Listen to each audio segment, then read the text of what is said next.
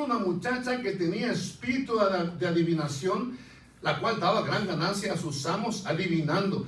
Esta joven, hermanos, dice la escritura que le salió al encuentro. Un espíritu, hubiera usted suponido que iba a huir de estas personas. ¿No se le hace raro que vino a buscarlos, que le salió al encuentro? ¿Sí? Ella no huyó. ¿Qué clase de persona era esta? Lucas, dice la escritura, que esta muchacha tenía espíritu de adivinación. Era una pitonisa. En el griego es pitón. Era un oráculo. Esta joven tenía un espíritu, a contrario de Simón el mago en Hechos capítulo 8, quien era un farsante. Esta joven no. Esta joven de verdad tenía un espíritu dentro de ella, la cual le daba habilidades con las cuales sus amos ganaban dinero. Esta no era una de las que leían las cartas. Esta persona tenía un espíritu dentro de ella, ¿sí? No era una persona cualquiera.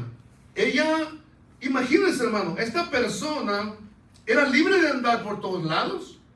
Esta persona le daba una grande ganancia a sus amos. Venían generales, venían políticos a consultarla. Sí, no era cualquier persona esta. Era alguien que tenía acceso al mundo espiritual, hermano. ¿Me entiende? Era una persona que podía contactarse con espíritus. Sabía muchas cosas. No podía apreciar el futuro. Dios solamente puede apreciar el futuro. Pero podía atar cabos, podía dar explicaciones que tenían sentido. Entonces la gente la tenía en alta estima por esa razón. Las pitonisas no eran personas, digamos, del bajo mundo. Eran personas, eran como un influencer, hermano. ¿Me entiendes? Eran alguien que tenía influencias, conocía a mucha gente. Esta no era cualquier persona, ¿sí? Esta era una persona que tenía acceso a beneficios, ¿verdad? Dice la escritura que le daba una gran ganancia a sus amos. Había beneficios, ¿ok? Había beneficios a los que ella tenía acceso, ¿verdad? Y tenía este espíritu. Entonces esta muchacha no era cualquier persona, ¿ok? Dice la escritura en el verso 17, esta muchacha, siguiendo a Pablo y a nosotros, dice Lucas, daba voces diciendo: estos hombres son siervos del Dios Altísimo, que nos anuncian el camino de salvación. No solamente seguía a Pablo. Si Pablo le decía, no, yo no tengo tiempo, iba y seguía a Lucas, o iba y seguía a Silas, no nomás a Pablo. ¿Entiendes? Estaba tratando pues de inmiscuirse, de juntarse, de estar allí junto con ellos, ¿verdad? Y dice, daba voces diciendo: estos hombres son siervos del Dios Altísimo. Cuando dice daba voces, Lucas utiliza la misma palabra que se utiliza para describir al trabajo que hacía Juan el Bautista. Esta joven estaba tomando un lugar de privilegio, ¿me entiendes? No era cualquier cosa, estaba poniéndose como profeta también, pues. Esta persona no era una víctima. Esta muchacha, esta clarividente, esta pitonisa, no era una víctima. Y lo vamos a ver un poquito más adelante, ¿verdad? Y dice, estos hombres, dice, yo sé algo. Estos hombres son siervos. Oh, pero no son siervos nomás. No. Estos son siervos buenos. Estos son dulos, son siervos voluntarios, ¿me entienden? Ella estaba dándose ínfulas y estaba dándose a conocer de una manera. Sé cosas que ustedes no saben, pues, ¿me entiende? Tengo acceso a esta información. Entonces estaba dando voces diciendo: estos hombres son siervos, dice, del Dios Altísimo. Hay un problema ahí, hermanos, qué bueno, ¿no? Que alguien esté dándole a una persona algún tipo de anuncio, marketing, que le ayude a anunciar, ¿verdad? Pero, ¿por qué estaba mal el que ella lo hiciera? ¿Verdad? Ella estaba diciendo: oh, estos son siervos del Dios Altísimo, ¿verdad? Son buenos siervos, ¿verdad? Veo que están anunciando el camino de salvación.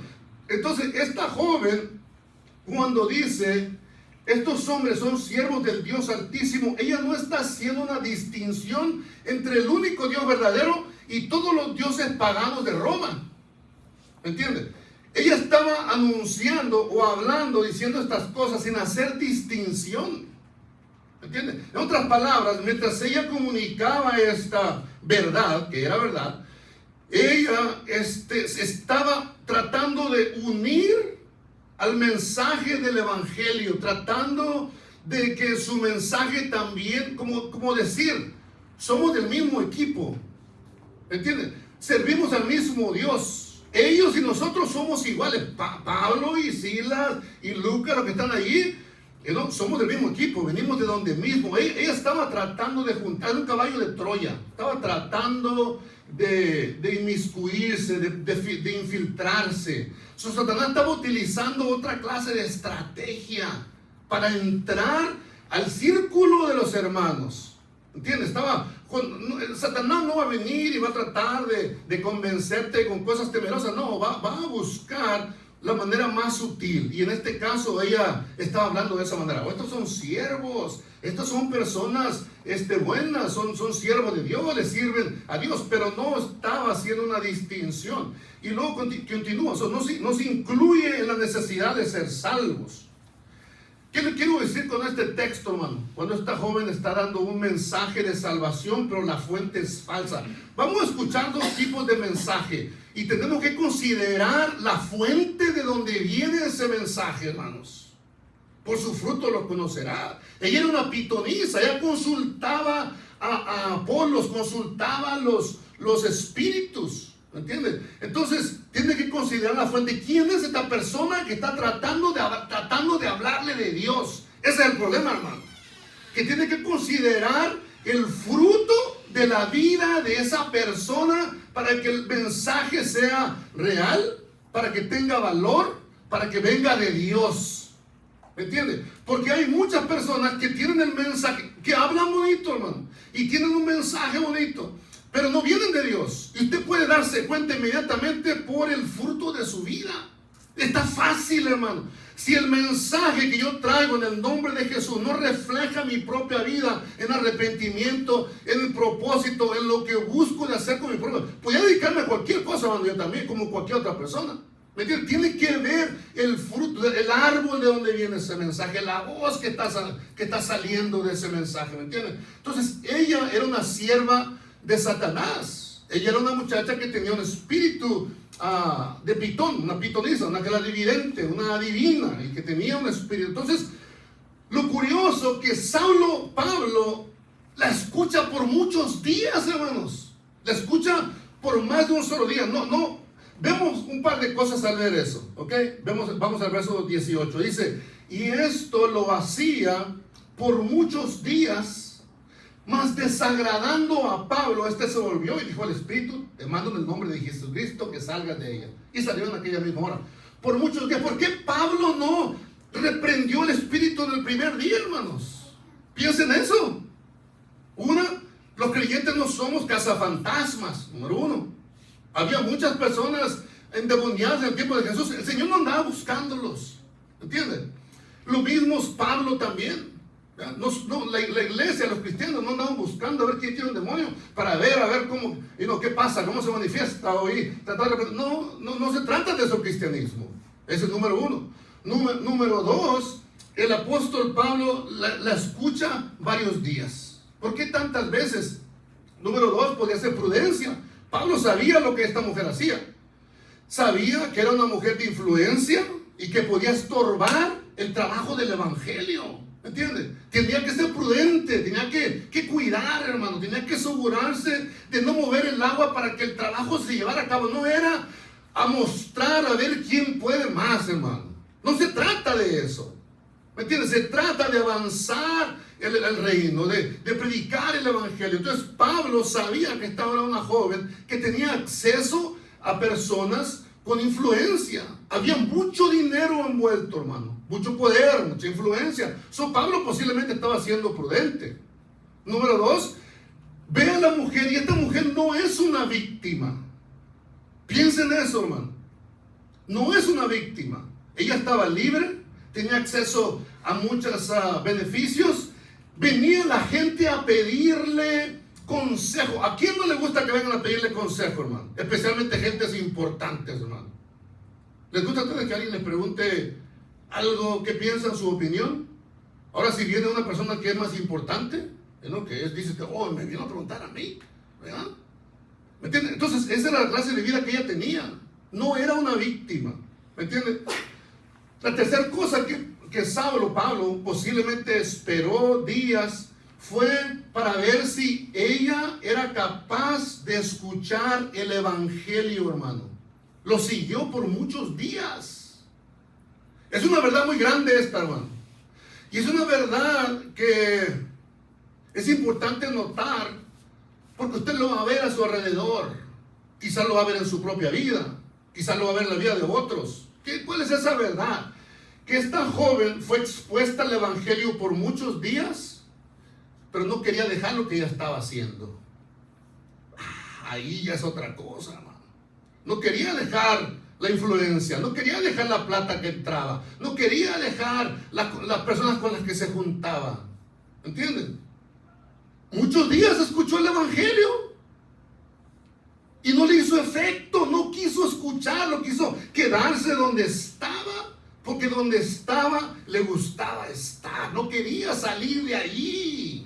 Y usted va a encontrar mucha gente así, que por mucho que usted le diga, mira, yo tengo la respuesta a la necesidad que tú tienes, y no quieren salir de ahí. ¿Cuántas veces no me ha pasado decirle eso a alguien, hermano? Muchas veces. Pero no quieren el mensaje, no quieren salir de ahí, no quieren la respuesta a su necesidad. Jesús le dijo a los de su tiempo, ustedes no quieren venir a mí para que tengan vida, la vida real, la vida eterna. ¿Entienden? No quería dejar eso esta mujer. Ella no era una víctima. Porque usted lo puede leer superficialmente y no darse cuenta de esto. Hay que estar escarbando y escarbando y escarbando para ver por qué. ¿Entiendes? Cuando yo lo leí la primera vez, dije, bueno, ¿y por qué tanto tiempo Pablo no la agarró nomás y lo que sea, hermano? Pero no lo hizo. Le estaba dando la oportunidad de que se arrepintiera. No vemos eso ahí. No lo vemos. No vemos que ella, una vez que el Espíritu salió de ella, se arrepintió. Ella quedó todavía con las influencias de la gente que conocía, con la plata que había guardado. ¿Me entienden? Eso no se le iba a acabar. La gente que conocía. ¿Me entienden? Ella no era una víctima. Era una persona que no quería escuchar el evangelio, no quería recibir, no quería pagar el costo, no quería dejar lo que estaba haciendo, estaba conforme y pensaba que la luna era de queso y que amarraban a los perros todavía con longaniza. Se va a acabar eso, hermano. Se va a terminar un día de esos. ¿Sabe usted que se va a acabar un día de esos? Vivo constantemente, hermano, sabiendo yo que me voy a morir un día y que usted también se va a morir un día. ¿Sabía eso, no? ¿Sí sabían o no? Se van a morir un día, hermano. Pero no van a ver la muerte, porque el Señor va a venir por ustedes. Va a mandar a sus ángeles y eso lo van a llevar a encontrarse con el Señor. Va a ser una experiencia maravillosa, no va a ser una experiencia difícil, ni triste, ni aterradora. No. Eso, los cristianos, los creyentes no verán la muerte, no van a sufrir esa consecuencia. Pero bueno, entonces, constantemente tengo que estar pensando de que un día se va a terminar esto. Que un día yo no voy a poder caminar, ya no voy a poder, ya no puedo echarme tan fácil, hermano, tengo que poner la mano acá atrás. Pero va a cambiar las cosas, ¿me entiende? El proceso de la vida, pues. ¿Verdad? Ella pensó tal vez que iba a vivir para siempre de esa misma manera. No es así. Escuchó el evangelio muchas veces y no le hizo efecto. Estaba bien en su comodidad. Verso número 19. Dice, pero viendo sus amos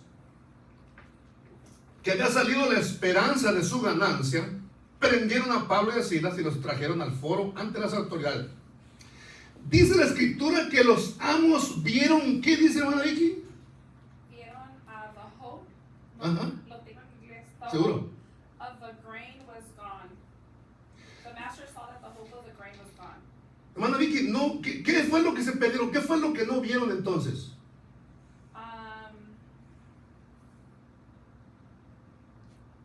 No estoy completamente. ¿Por qué no vieron, hermana Vicky? ¿Cómo es posible que venga un poder y con tan solo decirle en el nombre de Jesús, te mando que salgas de ella. ¿Verdad? Ellos no se fijaron en eso.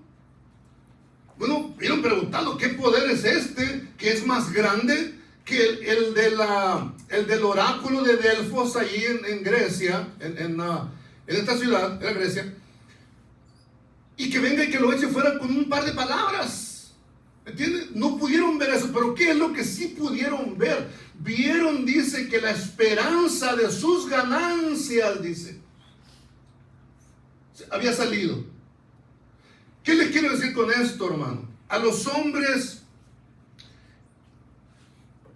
no pudieron ver que estaban perdiendo lo más importante, que había un poder más grande al que ellos estaban acostumbrados, y que ese poder tenía suficientes recursos para cambiar sus vidas, para darles esperanza, para darles vida eterna, para cambiar sus vidas. Ellos no lo vieron, vieron la pérdida de sus ganancias.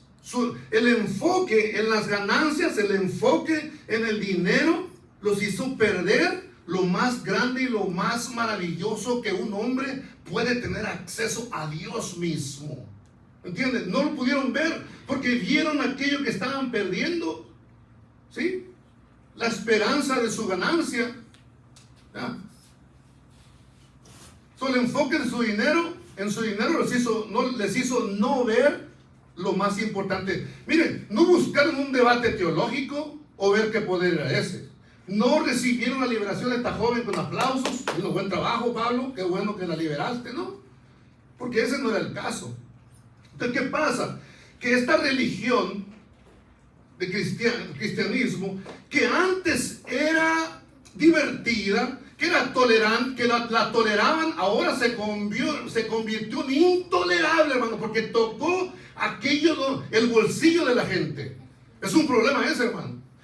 Estas personas aquí prendieron a Pablo y a Silas porque una vez, hermanos, que estas personas ven que el dinero ya no iban a poder hacer dinero, esa religión en la cual ellos toleraban, tal vez les parecía hasta divertida la religión que Pablo estaba anunciando. Seguro que decían, hermano, uy, qué bonitos cantos tocan estos hermanos, o qué bonito oran, o cómo se aman, o todo eso, ¿verdad? Qué bien. La toleraban esta religión. Piensen en esto, hermano. Pero una vez que esta nueva enseñanza tocó sus bolsillos, una vez que esta enseñanza tocó sus bolsillos, ya no les pareció bien. Ya ellos dijeron, ¿sabe qué? No estamos de acuerdo con este asunto. Una vez que tocó sus bolsillos, perdió su atractivo. ¿Sí? Pero dice Mateo capítulo 16, verso 26, ¿qué aprovechará el hombre si ganare todo el mundo y perdiere su alma? Ese es uno. Lucas capítulo 9, 23, si alguno quiere venir en pos de mí, niéguese a sí mismo, tome su cruz cada día y sígame. Lucas capítulo 14, verso 28, ¿quién de vosotros, queriendo edificar una torre, no se sienta primero y calcula los gastos? Entonces, seguir a Jesús no es un plus espiritual, no es algo que viene y se añade a mi vida solamente y que no me va a costar nada. La Biblia nos dice que nos va a costar todo. Todo lo que somos, lo que tenemos, es lo que la Escritura lo que nos dice: negarnos a nosotros mismos, tomar nuestra cruz. ¿Me entiendes? Va a haber un costo. Por eso el Señor dice: ¿quién de vosotros que quiere edificar una torre no se sienta primero y calcula los gastos? ¿Entiendes? Hay un costo de seguir a Cristo. No es gratis, que le costó al cielo lo mejor que tenía. Verso 20, y presentándolos a Silas y a Pablo, a los magistrados dijeron: estos hombres, siendo judíos, alborotan nuestra ciudad. Vienen, ahí en esa ciudad no querían a los judíos, los habían extirpado de la ciudad, y luego dice, alborotan la ciudad. Roma mantenía, la paz romana era muy famosa, y se mantenía la paz a través de la espada, y el alboroto equivalía a traición, pues. Eso es lo que le equivalía. Era un delito grave, ¿verdad? Era sedición, ¿verdad? Verso 21 dice: y enseñan costumbres que no nos es lícito recibir ni hacer, pues somos romanos. No los acusan de que le echaron el demonio a esta mujer, sino de que alborotaban la ciudad, ¿verdad? Y ellos, siendo romanos, traían costumbres que no les era lícito. Entonces tocaron algo ahí que con lo cual podían meter un problema a estos hermanos, ¿verdad? Verso 22, y se agolpó el pueblo contra ellos, y los magistrados, rasgándose las ropas, ordenaron azotarles con varas. Hermano, allá en esos tiempos, la gente no utilizaba ropa interior, solamente la exterior, lo que ellos se ponían. Entonces, cuando le quitaban la ropa, quedaban desnudos, no había abajo otra cosa. Fue algo muy humillante para ellos. ¿Entienden? Que al público les quitan la ropa y los azotaron, dice, mucho, hermano, ¿verdad? Y luego los echaron en la cárcel. Dice, entonces, esa es la paz romana, ¿verdad? Esa era la paz. De esa manera mantenían la paz. Y luego dice el 23, después de haberles azotado mucho, los echaron en la cárcel, mandando al carcelero que los guardase con seguridad, ¿verdad? Sin juicio, violando sus derechos de ciudadanos, los azotan y los echan en la cárcel. Dice, el cual, recibido este mandato, los metió, dice, en el calabozo de más adentro y les aseguró los pies en el cepo. Estas cárceles, hermano, estaban, el lugar de los guardias era arriba, digamos esta. Después excavaban y hacían más abajo estaba otro número de guardias, y luego abajo estaban los calabozos estos. Era un pozo. Si usted escarba un pozo, va a encontrar agua. Era un lugar húmedo, un lugar sin luz, oscuro, y un lugar sin ventilación. Y aparte de eso, iban golpeados, iban desnudos, y los pusieron en el cepo los pies. Era un tipo de cepo que les separaba los pies, hermano, de manera que no pudieran descansar. Les abrían los pies en esa cosa, no se podía descansar. Estaban en una situación bastante difícil los apóstoles, ¿verdad? Entonces, dice que los comandaron con seguridad y les aseguró los pies en el cepo. Entonces los arrastran a la plaza, los acusan, los golpean con varas, los meten en el calabozo más profundo, ¿verdad?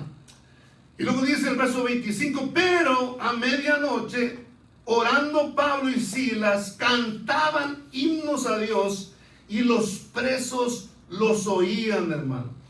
Es muy importante este texto, porque dice la escritura, hermano, que cantaban, dice los hermanos, himnos. Un himno es muy diferente a un canto de alabanza, a un canto de adoración. Un himno es como, digamos, aquellos himnos que escriben para los equipos de fútbol, o un himno nacional. Son cánticos de victoria, pues, ¿me entienden? No eran cánticos nomás de te alabo, Señor. No. Estos eran cánticos de guerra, hermano. Cuando Josafat fue a pelear, puso cantores delante de él, ¿me entienden? Entonces, estos hombres, a pesar de estar en un calabozo, Dios no estaba prisionero, ¿entienden? El poder de Dios no. Sabían bien las escrituras, sabían bien el poder de Dios. Dice la escritura que empiezan a cantar himnos, y estamos hablando de himnos de victoria, himnos de poder, hermano, himnos de guerra, hermano, donde exaltaban a Dios en su poder, como cuando María salió en Egipto, cuando salió en el Éxodo, cuando María venía cantando con el tamboril, hablando de cómo el Señor había echado a Egipto, a los soldados de Egipto y al faraón en medio del mar, cómo los había ahogado, ¿me entiendes? Estaban alabando a Dios de esa manera. Era un himno de poder, un himno de victoria. Estaban recordando al Dios poderoso, recordando que Dios todo lo puede mientras están allí. Eso es algo importante, hermano. Cuando usted está en una dificultad fuerte, recuerde que tiene un Dios todopoderoso al cual puede usted clamar. Entonces, están cantando estos himnos, ¿ya?, de poder, ¿ya? Por ejemplo, alzaré mis ojos a los montes, ¿no? ¿De dónde vendrá mi socorro? Y mi socorro viene, dice, del Señor que hizo los cielos y la tierra. Y empiezan ellos a cantar estos himnos de poder, donde dice la escritura que pasó algo muy, muy especial, ¿ya?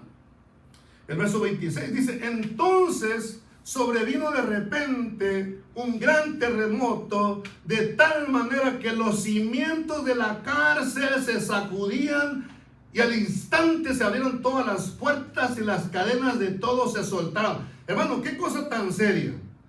Mire, Pablo y Silas sangrando, encadenados en la cárcel, en el cepo, no están lamentándose, están cantando himnos a medianoche. Ahora, hay un asunto, hermano, que los apóstoles están abajo de la cárcel.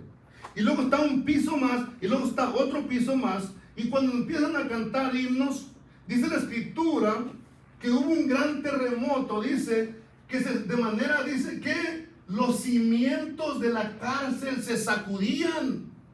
¿Entienden eso, hermano? Ellos estaban en los cimientos de la cárcel, hermano. Yo creo que si yo hubiera estado ahí, le hubiera pedido al Señor, o tal vez ellos esperaban, recordando cuando Dios sacó a Pedro de la cárcel. Dice la escritura que Pedro lo encerraron, y dice la escritura que mientras que estaban en la cárcel allí, vino un ángel, dice, hizo que se abrieran las puertas por sí solas, calladitas, tal vez rechinaron, pero calladitas, y luego entró, dice que hizo que se le cayeran los grilletes a Pedro, las cadenas que tenía, porque estaban encadenados a 2 soldados, o a 4 creo, y luego también lo despierta a Pedro suavemente, le dice: Pedro, levántate, ponte la ropa, Pedro. Y Pedro se levanta y lo saca, y Pedro pensaba que era un sueño, ¿no? Estaba contento Pedro, viendo ese sueño.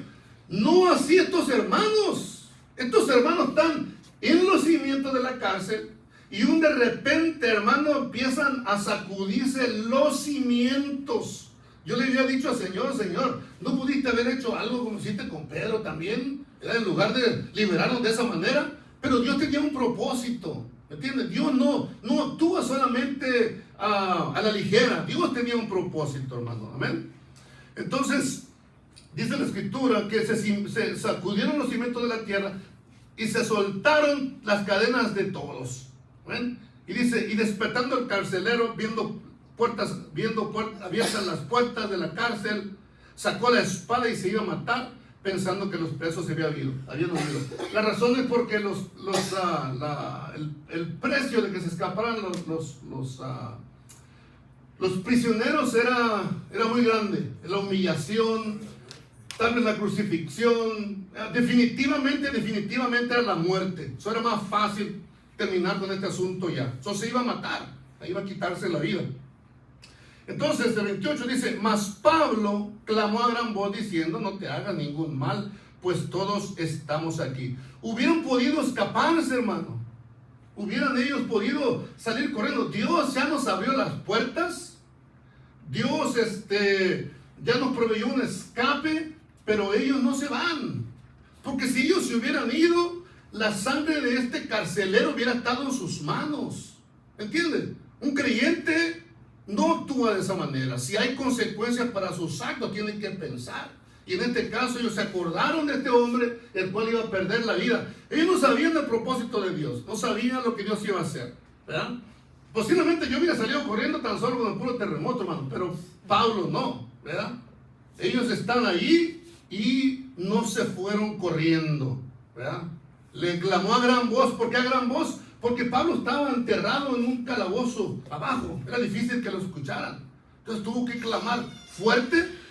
Y mientras que Pablo está, imagínense en la posición que está Pablo. Está en un cepo, ¿verdad? Boca abajo, golpeado, desnudo, en oscuridad. Ni cómo salir corriendo con ese terremoto que sacudió la cárcel. Está pensando: me voy a morir yo también aquí en este terremoto. Sin embargo, está pensando en este carcelero que fue quien lo puso en el cepo. No era necesario ponerlo en el cepo, hermano.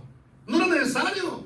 Venían golpeados, venían desnudos. Había, aparte de donde estaban, había otras 2 niveles que tenían que atravesar para poder salir. Era imposible, ¿me entiendes? Entonces, no era necesario. Sin embargo, Pablo piensa en él. Imagínense, hermano, el pensamiento de este hombre. No estaba pensando solamente en sí mismo, estaba pensando en el bienestar de este hombre, ¿verdad? Cuando le grita, ¿verdad? No te hagas ningún mal. Está preocupado por él, hermano. Después de todo el mal que le han hecho los romanos. Posiblemente los amigos de este soldado fueron los de su mismo escuadrón, porque estaban de guardia. Ellos son los que lo azotaron. ¿Entiendes? Entonces le dice: no te hagas ningún mal. Le está cuidando de él, hermano. Eso es algo increíble, de que Dios tiene cuidado de nosotros, ¿verdad? Está pensando siempre en nuestro bienestar. O sea, no te hagas ningún mal. Todos estamos aquí. Entonces, era una gracia radical, hermano. Sí, este hombre fue impactado por muchas cosas. Número uno, cuando viene el temblor, hermano, imagínense, él quería, cuando viene, fíjese, cuando viene, vamos al verso que sigue, cuando viene y le pregunta al apóstol Pablo, le dice, entonces él pidiendo luz, no había luz, era oscuro en ese lugar, se precipitó adentro y se entró corriendo y temblando, dice, se postró a los pies de Pablo y decía, sabía lo que estaba ocurriendo, sabía que estaba siendo testigo de algo sobrenatural que jamás en su vida había visto, posiblemente había oído. Dice, y sacándolos les dijo, señores, ¿qué debo hacer para ser salvo? Este hombre no había estado en las predicaciones de Pablo. ¿Me entiendes? La pregunta esta está fuera de lugar, porque él nunca había estado escuchando a Pablo. Pero ¿sabe qué había estado escuchando? Los cánticos de liberación que ellos estaban entonando mientras estaban en el calabozo. Piensen esto, que esto es algo sobrenatural, impresionante, hermano, que están dos hombres encarcelados en una fosa, en un cepo, golpeados, y están cantando, entonando himnos de victoria a Dios. Entonces, y cuando ellos hacen eso, el terremoto se despierta, se sacuden, la cárcel se abren las puertas, se rompen las cadenas. Y este hombre, obviamente, su pregunta era, ¿qué debo hacer para ser salvo? Porque acabo de experimentar que tú tienes un Dios al cual tú le puedes clamar y Él te responde con poder. ¿Entiendes eso, hermano? Estaba siendo testigo de que Dios contesta la oración, de que Dios estaba disponible para sus siervos, para sus hijos, cuando ellos fueron capaces de decirle, Señor, ayúdanos, no podemos hacer nada. Ese es el mejor lugar que un ser humano puede estar en cualquier momento de su vida, hermano. En el lugar donde no tienes ya más recursos, donde ya no hay más respuesta. Y yo he estado ahí muchas veces, hermano. Y les digo que con toda honestidad, es el mejor lugar en que yo he estado cuando no tengo más para dónde ir. Donde no hay nadie más que pueda ayudarme. Solo Dios. Y sé que puedo contar con Él. Y sé que puedo llamarle y pedirle que me ayude. Y que Él es fiel para contestarme. Ese es el Dios que le contestó la oración a los cánticos, a los himnos de los apóstoles. Y por eso Él quería saber, cuando escuchó a los apóstoles decir, el Señor es mi salvación. El Señor es mi libertador. El Señor es todopoderoso. El Señor es mi fuerza. Él es mi escudo. Él es el que pelea por mí. Cantando los salmos de ascenso, hermano. ¿Me entienden? No eran cánticos agradables, bonitos, de adoración. No. Eran cánticos de poder, de fuerza. Entonces este hombre había estado escuchando los himnos que estos hombres estaban entonando y vio que Dios le contestó. No había duda de lo que estaba pasando. Viene y dice, yo quiero ser salvo, yo quiero esa salvación también. Y ya no le importaba ninguna otra cosa. Porque sabía que el poder que tenía Pablo y Silas era más grande que el poder de Roma. El Señor podía destruir las cárceles. Para Él no había nada imposible. Él podía derrocar a Roma a la hora que se le diera la gana, hermano. Él tuvo en la mente con toda claridad lo que Dios podía hacer. No le importaba nada más. Por eso viene y se pone a los pies de los apóstoles y les pregunta, ¿qué debo hacer? ¿Me entienden? ¿Qué debo hacer yo para ser salvo? ¿Cuál es mi parte? ¿No? Tengo lugar ahí. ¿Me entienden? Él no conocía el evangelio, se lo tuvieron que enseñar, lo vemos después más adelante. Le tuvieron que enseñar, le tuvieron que dar un estudio bíblico en su casa. ¿Sí? Continuamos el verso que sigue. ¿Qué debo hacer para ser salvo? Ellos dijeron, cree en el Señor Jesucristo y serás salvo tú y tu casa. Esa es la única respuesta que necesita nuestra necesidad. ¿Qué necesito? ¿Qué necesito para estar bien? ¿Qué necesito para tener la paz que mi alma necesita? Creer en la promesa de Jesús. Porque 2 Corintios capítulo 1 verso 22 dice: todas las promesas de Dios son sí y son amén para la gloria de Dios el Padre. Todas las promesas. Todas las promesas. ¿Me entienden? ¿Qué necesito yo para que mi necesidad? Gracias, Marquita. Todas las promesas que de Dios son para mí. Entonces, creen al Señor Jesucristo. Él es suficiente. En Él estamos completos. En Él estamos escondidos. Nuestra vida está escondida en Él. ¿Sí? Él es nuestra salvación. Él es nuestro escudo. Él es nuestra porción. Él es nuestra herencia. Jesús, Él es suficiente para todo. Él es suficiente. Es suficiente. No es una persona, no es un trabajo, no es una fortuna, no es una educación. Es Jesucristo. No importa que eres ama de casa o ingeniero, Jesucristo. Él es suficiente. Solamente tienes que creer en eso. Cree en el Señor. Y le dice en el Señor, no solamente cree en Jesucristo. No, vas a tener que hacerlo tu Señor. ¿Entiendes? El curios, el dueño.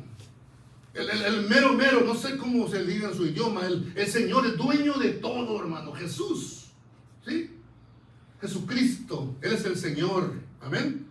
Jesucristo, Él es el Señor. Entonces, dice, cree en el Señor Jesucristo y serás salvo tú y tu casa. Yo sé que si le doy el evangelio a alguien y esa persona con el corazón lo recibe y esa persona tiene necesidades, esas necesidades van a ser suplidas.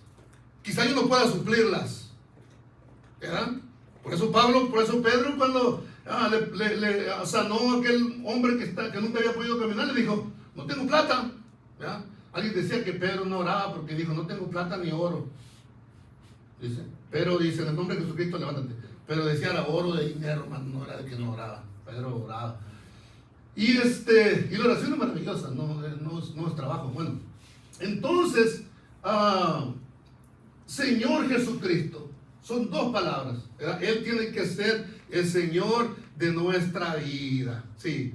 No queremos que Jesucristo gobierne que Jesucristo controle nuestra vida. Queremos que la gobierne, es diferente. No queremos otro gobierno. Queremos el gobierno de Jesús. Que Él haga su voluntad, que no sea nuestra voluntad. Y luego dice el verso 32. Ahí vemos el estudio bíblico. Todo esto pasó una noche, hermano. Imagínense, y le hablaron la palabra del Señor a él y a todos los que estaban en su casa. Imagínense, hermanos, estaban en el cepo, los habían azotado, golpeado mucho con varas, estaban sangrados y están teniendo un estudio bíblico a medianoche en la casa del carcelero, hermano. Una vez me acuerdo que leí no sé dónde que este jovencito le estaba diciendo a su novia que la quería, que era capaz de cruzar el mar y que era capaz de subir montañas y lo que sea. Y le dijo, ¿vas a venir a verme? No, dice, porque ahorita, dice, está lloviendo, dice. No sé qué me pase, algo del camino, dice. ¿Me entienden? Entonces, yo no sé por qué les dije eso. Y luego, dice, que porque los hermanos estaban ahí de golpeados y todo, hermano, ¿me entienden? A pesar de las dificultades, ¿me entienden? A pesar de las dificultades. El otro día me llamaron de un lugar, hermano, de un lugar de ancianos, para ir a ver a una persona que se estaba muriendo y estaba lloviendo, ¿verdad? No que estaba lloviendo, que estaba cayendo agua del cielo. Y me llamaron, hermano, para ir para allá. Y yo estaba en mi casa con mi pijama, hermano, con mi chocolate caliente. Hostia, ¿sabes? Un chocolate, ya qué rico. Bueno, y que me llama la señora. Yo quise ignorar el teléfono, me llamó como unas 20, 30 veces, hermano. Y al fin contesté, le dije, sí, está bien, puedo ir para allá, mándame la dirección, ¿verdad? Pero lo que le quiero decir es que estos hombres, a pesar de lo que habían pasado, que era su enemigo, o antes era su enemigo, ahora ya no era su hermano. ¿Me entienden? Este soldado, dice la escritura, vamos al siguiente texto, que ya muy adelante. Dice la escritura Y él tomándolos en aquella misma hora de la noche, le lavó las heridas y enseguida se bautizó él con todos los suyos y llevándolos a su casa les puso la mesa y se regocijó con toda su casa de haber creído a Dios. Hay tanto en ese texto, tan maravilloso, hermano. Porque ahora el soldado los agarra y los saca de la cárcel. Eso no era permitido, hermano. Él estaba para guardar la cárcel, no para abrir la cárcel, hermano. ¿Me entiendes? No para poner libertad a la gente. Ese no era su trabajo. Ese era el trabajo de los magistrados. Entonces, los saca a estos hombres, a estos hermanos, y los lleva no solamente, los lleva a su casa, sino les lava las heridas. ¿Por qué? Porque ahora ya había cambiado de lugar. Ahora tenían el corazón que estos eran sus hermanos estaban heridos y necesitaban ayuda, y él iba a pagar un precio, o podía pagar un precio si lo agarraban con estos prisioneros en su casa, y él cuidándole las heridas. Era un soldado, su trabajo era infligir heridas, no curar heridas, hermano. ¿Entiendes? Pero Dios te cambia, Dios te da otros propósitos y usa tus manos para sanar, ya no para golpear, hermano. Cuando antes los soldados romanos entrenaban, hermanos, para matar, eran tremendos, entrenaban para pelear, una cosa seria. Los romanos, el ejército romano fue uno de los más tremendos que ha habido, hermano. Nunca los conquistaron, se desplomaron por dentro, pero eran tremendos. Entonces cambió completamente su manera de ver las cosas. Imagínense, hermano, les lavó las heridas. Yo no sé si ese asunto de lavar las heridas a la gente, hermano, de tocarle, limpiarle la sangre. Antes no había tantos instrumentos como hoy. Posiblemente tuvo que sacar de su casa, de su propia ropa para poder ayudarles. Y luego dice, y enseguida se bautizó él con todos los suyos. ¿Entiendes? Ahí mismo, esa misma noche. Imagínense con las heridas meterse a los apóstoles al agua a bautizar, hermanos. Otra cosa, ¿entienden? Nosotros hacemos los bautizos en el verano para no sufrir, hermanos. Estos hermanos andaban golpeados bautizando a que era antes su enemigo, ¿sí? Y luego dice, llevándolos a su casa, les puso la mesa y les dio de comer también, ¿sí? A los hermanos. Y se regocijó con toda su casa. ¿De qué se regocijó? De haber creído a Dios, dice, ¿sí? No a los apóstoles, a Dios. Él vio la evidencia de lo que Dios hizo, le creyó a Dios, no lo que los apóstoles decían, a Dios, lo que estaba Dios haciendo, hermanos. Sí, eso es algo maravilloso. Una cosa es creerle a Dios, una cosa es creerle a la gente. Amén. Eso que sigue, chula. Ya vamos a terminar. Cuando fue de día, los magistrados enviaron a los alguaciles a decir, suelta a aquellos hombres, y el carcelero hizo saber estas palabras a Pablo. Los magistrados han mandado decir que se os suelte, así que ahora salid y marchaos en paz. Ya habían cambiado de idea estos hermanos. No voy a entrar en mucho detalle. Sí, dale que sigue, chula. Pero Pablo les dijo, después de azotarnos públicamente, sin sentencia judicial, siendo ciudadanos romanos, ahí se les cayó el tenedor y se les cayó la mollera, hermano, porque eran ciudadanos romanos. Nos echaron en la cárcel y ahora nos echan encubiertamente. No, dice, por cierto, vengan ellos mismos a sacarnos. Y los alguaciles hicieron saber estas palabras a los magistrados, los cuales tuvieron miedo al oír que eran romanos. Si a un ciudadano romano lo azotaban sin juicio, sin llevarlo a la corte, las personas perdían la vida, perdían sus puestos, había consecuencias graves, por eso tenían miedo a estas personas. Texto que sigue, chulo. Y viniendo y se les rogaron, sacándolos, les pidieron que salieran de la ciudad.